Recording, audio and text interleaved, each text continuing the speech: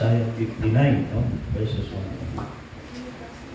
Okay? Isang magandang gabi ulit, mga kapatid. Kumayo tayo sa ating banal na kasulatan dito po sa Isaiah 59 verses 1 and further.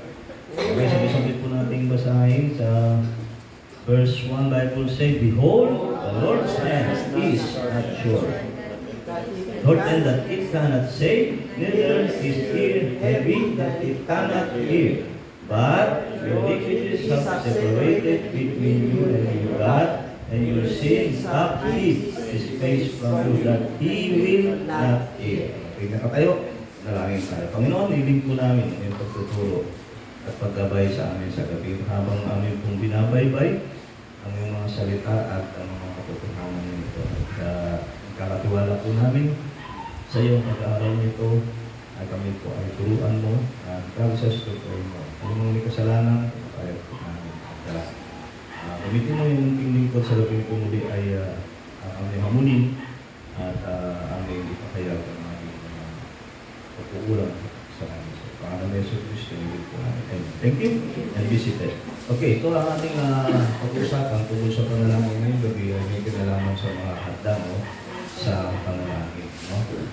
Pinamagatan natin ito 6 roadblocks to prayer. Lahat po tayo, mga kapatid, ibig natin na ating mga panalangin ay ibigin ng Diyos. No? At ay tatanong natin sa ating mga sarili kung minsan, Panginoon, bakit hanggang ngayon yung pag-ibig yung ating panalangin? Alam nyo, ang ating tema ay 6 roadblock to prayer. What is a roadblock? So, it means aglang in Tagalog. Ano po, ha? At literally, ito yung barikada. Papansin natin dyan sa dami mga checkpoint kung saan mga pulis ang pinahintong sasakang checkpoint upang aglangan kung ano man yung mayroong masamang elemento ng lipunan. Ano po?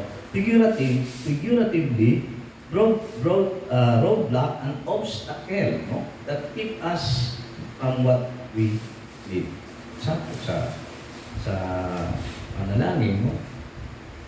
Ang forgiving spirit, nagiging sisilbing roadblock o hadlang ito upang di madinig ng Diyos ang ating mga panalangin.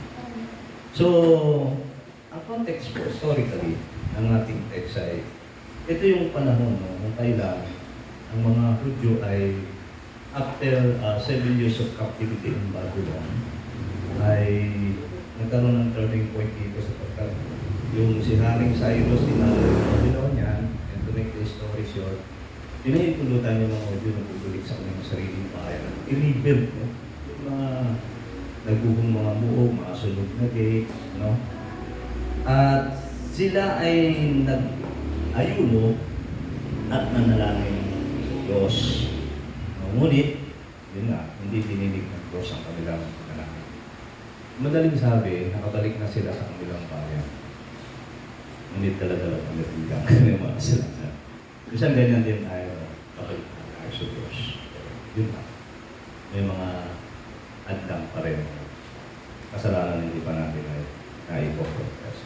So ano ba itong 6 roadblocks? Let's look at God's word. Una, yung unconfessed sin. Generally speaking, ang pinakahadlang talaga ay kasalanan. No? Sinasabi dun sa Psalm 66 verse 18, Bible says, "If I regard iniquity in my heart, the Lord will not hear me." Have you heard that? Kung pinakundanganan ko no? Ang kasalanan sa aking buhay, di ako diring din ng Panginoon. Ang madaling sabi kung hindi pinakayag sa Diyos. So, ang kasalanan, alam natin, is transgression of the law, paglabag sa kautusan. And dito makikita natin, doon sa ating text, binasa natin kanina, sabi ng Diyos sa mga Israelita, ang inyong kasalanan ang nagtihiwalay sa inyo, sa Diyos at sa inyo. So, therefore, sin separates. Amen? Hindi ang kasalanan ay lumalayo ang Diyos, kundi inilalayo, it separate us from Him. Tulad na ng historically ng mga Israelita, kapalik na sila sa kanilang bayan sa Jerusalem. Okay? Lamang ay meron pa silang mga kasalanan na hindi pa nakakaya sa Diyos. At kung ating susuliin contextually, doon sa ating text, no? Kasi binasa lang natin Isaiah 59 verses 1 and 2. Pero the following verses, makikita mo, detalyado. Ang kanilang kasalanan ko ay societal sin. Ito yung injustice, cruelty, corruption, ang kasalanan. Yeah. At marami tayo, ganyan din, no? Societal sin. Hindi tayo ulit. Saan ba natin na-encounter yung madalas sa ating hanang buhay? Every day, may ginagawa ng Diyos, na-encounter natin ang kapwa natin. And along the way, hindi naman kasi tayo perfecto mga kapatid. Ang ibig ko sabihin, may mga pagkakal, we are caught unaware, nahuhuli tayo. At yun ang nagiging roadblock, no? O hadlang, di madinig ng Diyos ang ating mga panalangin. Kaya, according to the written word of God in 1 John 1, i-confess natin. Alam naman kasi natin ang unang naapektuhan ng fellowship natin with God. Okay, pangalawa, roadblock to prayer, unbelief. Ito ay mababasa natin sa James. Tulong natin, ang context nito is Christian living. It has to do with yung mga trials ng buhay. Amen. Persecution, ano-ano. Ang sabi ni James, kung tayo ay maharap sa mga sa ating pagtuo. Ibig sabihin, mayroon talagang panahon ng pagsuko. Kasi ito mga panahon na kailangan tayo ay lumulog sa Diyos sa panalangin. At ang hihingi natin, hindi yung para tayo makatama sa problema na ating kinakaharap. Kundi, bigyan tayo ng wisdom. Just to know, ano ba yung tinuturo ng Panginoon? Kasi ang problema dito kasi yung pag-aalim lang. Yung bang, pag sinabing pag-aalim, two mind or two souls. Yung bang, nandoon ang faith mo, nandoon din yung pag-aalim, ay, pag-awin kayo ng Diyos, mangyayari kayo. Ay, siyempre, habang nananalangin ka, hinihintay mo yung kasagutan, well, napuputin ko tayo sa patience. At, well, prayer is work, at by nature, tayo ay mainipin at dumarating ka sa puntong maghihinawa tayo. Darating sa puntong mag-aalibanan. Amen? Amen. So, a person who doubts is double-minded and unstable. Hindi mo talaga alam yung gusto mo. Kaya ka nga nag-aalibanan. Diba? Ngayon, alam ng Diyos yun. Diba? Alam ng Diyos yun. So, bakit niya ibibigay yung isang bagay na ikaw mismo personally pinag-aalinlangan nyo? Tayo kaya ang tumayo sa paanan ng Diyos. Ano? At ang ginamit niya ditong illustration is like a wave, tossed by a wind, never settle, never shoot. Pag nag-illustration, ano? Ang object, tingin ka sa alon, pansinin mo, alon, sumusunod lang yan kung saan ang direksyon ng hangin. Wala talaga. Pupunta sa north, pupunta sa south. Kaya gano'n ang alon eh. Gano'n ang daw kinilalarawan ang Diyos, ang isang tao na kahalingan. Amen. Kaya ang hamon doon is as firmly in truth. Well, aminin natin na talaga tayo ay hindi maiwasan tayo ay linhaman. Kaya sabi yung pangyayari, yung the greatest faith, sabi niya, help thou my unbelief. Kapag nakakaranas ka ng doon, ayun na ang namin. Please struggle, within you, ano doon yung panalangin, ano doon yung panalangin. Sabi mo sa help thou my unbelief. Okay? Pangatlo, self-motive. No, sa James 4:3, ito ay akin na ay pangaral na rin. You ask and you receive not because you ask amiss. Lord. Okay? So, sabi niya, we ask amiss, tapos in Greek, itong referring to wrong motive. Madalas, sabihin nyo, humihingi tayo sa Diyos. So, parang ginagawa lang natin hindi ang Panginoon. Hindi natin pangkin, hindi tayo lumagawa sa ating Panginoon. Dapat sana hingin natin yung tayo lumagawa. Lord, Turuan mo akong maging pasensyoso, Lord. Turuan mo akong maging masiyahan. Okay, ano mayroon ako, Lord.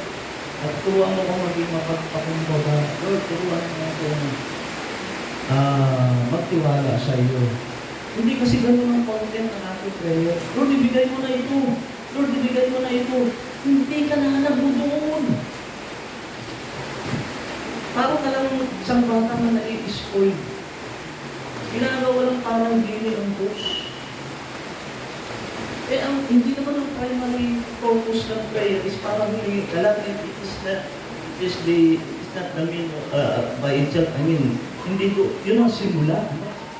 Papunta doon sa komunikasyon natin sa Diyos yan eh. Diba? Ganun, pag hindi ng Diyos, tatampo. Diba? Pag pinigyan, hingi ulit. Parang mata. Hindi ka nalimato. Kasi yun ang sinasabi ni James na, you ask amiss. Mali ang motibo mo. No? Ganun yan eh. Hiningi mo din sa church, sa-celebrate mo sa Mass. Diba? Wala naman tayong nagkakato sa Panginoon. So, prayer centered only on your last or treasure cannot please God. Hindi yun ang alooban ng Diyos. In the first place, may communication of prayer para tayo sa Diyos. Secondary na lang ibigay niya ating mga pangangailangan.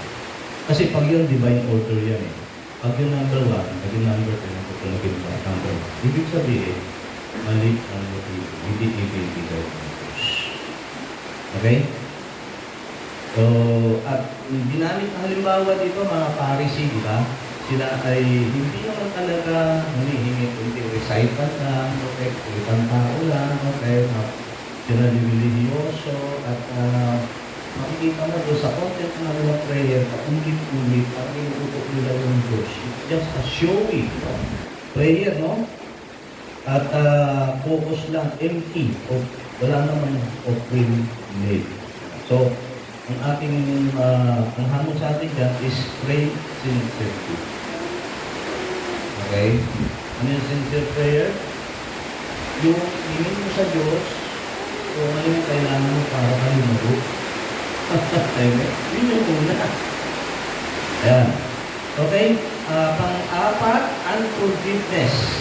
Ay doon sa Mark 11, 25, babasahin natin ito, no? Ito kasi, napakahalaga na elemento ng panalangin ng kapatid mo. Bakit pala in-include dito ng Panginoon, no? Pag kayo mananalangin, magpapatawad kayo, sabi niya eh. 11:25, and when you pray, stand praying, forgive if you have owed something against any, that your Father also which is in heaven may forgive you your trespasses. Yun ang sabi, no? So, a bitter heart cannot lift your hands to God. So, if we come to God in prayer, we come to Him with clean hands. Since our God is holy, no? Magiging pili namin siya sa ating mga panalangin kung meron hindi o impure ang ating puso. So, God, bakit? God forgave us much. We cannot refuse to. Yun na yun ang logic dito eh. Tingnan na, ayaw natin magpatakan. Yung sa mga kapwa natin na merong masamang ginawa sa ito.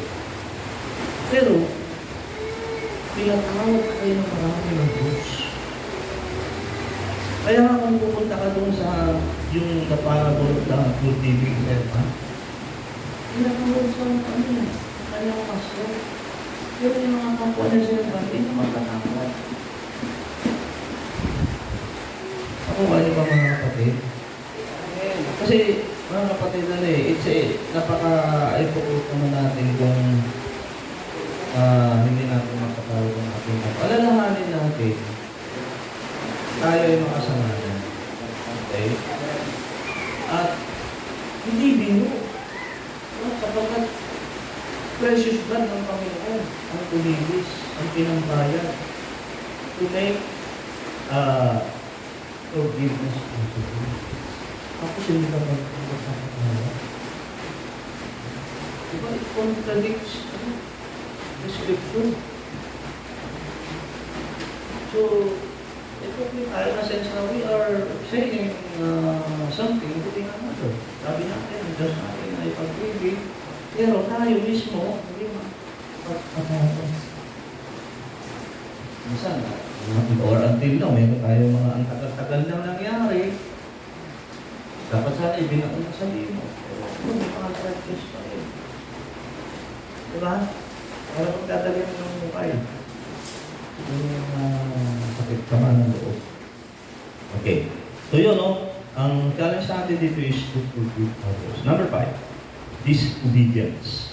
Sa Proverbs, ganda nung sinasabi dito, mga kapatid. Proverbs 28, verse 9. Yeah, tayo natin. And he that turneth away his ear from hearing the law, even his prayer, shall be abomination. Huh? So, dito, ignoring what God says makes our prayer worthless. Yun. Diba? Bakit?